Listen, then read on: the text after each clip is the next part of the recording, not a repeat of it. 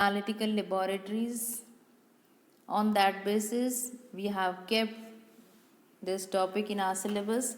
So, we have to learn about the instruction while working in the laboratory.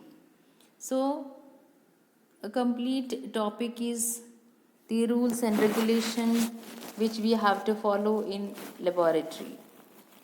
So, to work in a laboratory, a student must follow some rules. That rules are a common rules, general rules, which I used to say in the laboratory continuously. Now, we are also providing some manual about that by this topic.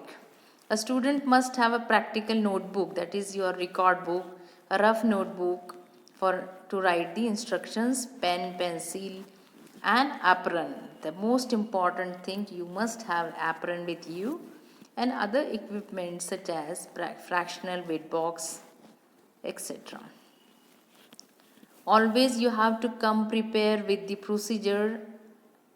You must read out the procedure, understand the procedure better to help or to work the practical or to do the practical properly.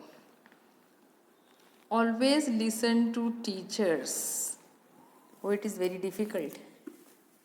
It is very difficult. Always listen to teachers' instruction carefully and note down some important points and precautions to be followed.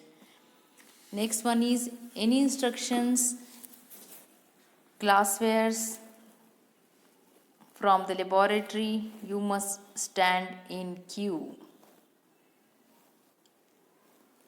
When you take your glassware, you wash it thoroughly, because by chance there may be acids or some poisonous substances which may harm you.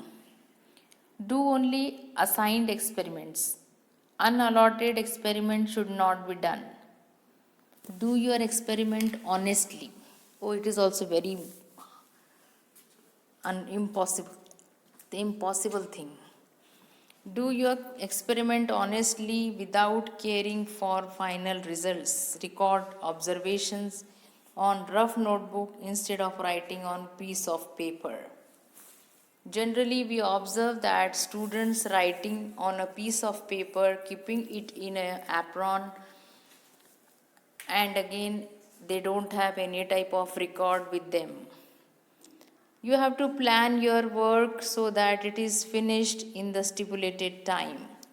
Be very economical with the reagents. You have to use very small reagents, because nowadays we are working in micro scale, because you can think, or you can also take an estimate large amount of chemicals we are throwing in the sink, so the outlet is highly toxic. Then the next one is handle glassware carefully. In case of any breakage, report it at once. Disposal of all waste liquid in sink and allow water to run for some time by opening water tap. Keep your table clean. If acid or other corrosive chemical is spilled, wash it off with water. Clean the apparatus after experiment before returning it. So these are the instructions which teachers used to give regularly, that you must have record books, pen, pencil, box, fractional weight box with you. You must wear apron. You must have your own soaps. You should listen to your teachers carefully, handle the glassware carefully, dispose all waste liquids in sink and allow water to run, and keep your table very clean. To avoid unnecessary risk and injury in the lab, do not touch any chemical with hands, and some of them may be corrosive, as Some of them may be corrosive. Never taste chemical. What I observe while doing the practical of polarimeter, students think to taste glucose. Sometime we used to take practical of vitamin C. In that also some things are available which children want to taste. Never taste chemical because it may be poisonous. Some poisonous spoons we are using here and there. So you should take care of that. Don't place any chemical on palm of your hands. Don't keep reagent bottles open. Do not put any object into the reagent bottle. Here also I observe in my laboratory that students doing mischiefs, putting some chalks in the reagent bottles. Do not put any object in the reagent bottle. Do not bring inflammable liquids such as alcohol, ether near the flame. Do not disturb arrangement of reagents placed on the shelf. Do not play with chemicals. Wash your hands with soap after experiments. Now what corona, after corona everybody knows now this thing that you have to wash your hands properly every time. After doing anything you have to wash your hands. Practical notebook, as experiments that are conducted in lab are recorded in practical notebook. It is completion of whole work done by the student. Every time we used to say that you must complete your record book before going back from the practical. So it must be well maintained, protected from damage. If you will keep it properly, it should not be damaged with chemicals. For keeping up to date record of experiment, following points should be kept in mind. The name of the experiment should be entered along with the date of carrying out that experiment. You have to write the date. You should mention the title, theory and principle of the experiment. This should be followed by the procedure, what we have conducted in the laboratory, then summarize the precautions to be taken, finally mention the general calculation for experiment.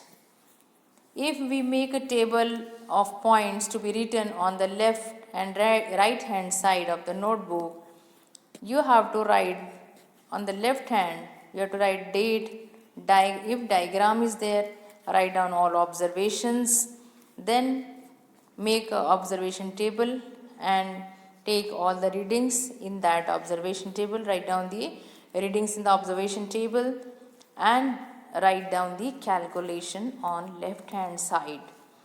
What to write on the right hand side then? Write down the aim and experiment, date, aim and experiment, apparatus, what you are using in your particular experiment, chemicals, reactions, theory, procedure, precaution if given, and result. So in this way you have to write your record book in time. Keep following points in consideration regarding your practical notebook. Do not tear pages from the notebook, that is record book. Do not overwrite. If a mistake has been committed in recording, put line over it and write down correct the words and figures. Draw a graph with pencil and write down the scale. Give page mark on your notebook. Complete the index indicating experiment and page number on which it is written. Keep your notebook neat and tidy. Cover with only brown paper.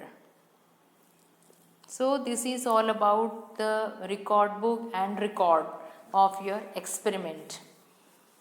About the record and record book of your experiment, daily experiments. When you enter into the laboratory, you must be prepared with the procedure, you must understand the procedure, then bring all the required things to the lab, wear apron and listen to the instruction given by your teachers. Be sincere while doing the experiment, do all the calculations in time and write down all the things given in your record book. Now the another part is that is first aid emergency treatment in lab in next part.